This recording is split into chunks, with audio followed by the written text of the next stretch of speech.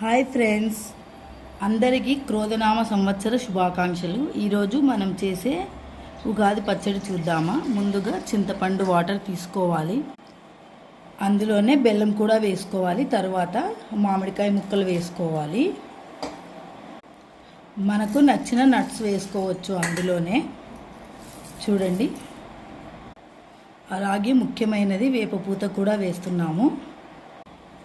అలాగే కొద్దిగా కారం కూడా వేస్తున్నాము.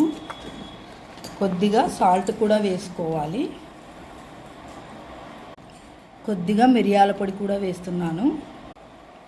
ఇప్పుడు అన్నీ బాగా కలుపుకోవాలి. ఉగాది పచ్చడి రెడీ అయిపోయిందండి. అందరికీ మరొకసారి క్రోధనామ సంవత్సర ఉగాది శుభాకాంక్షలు. చూడండి,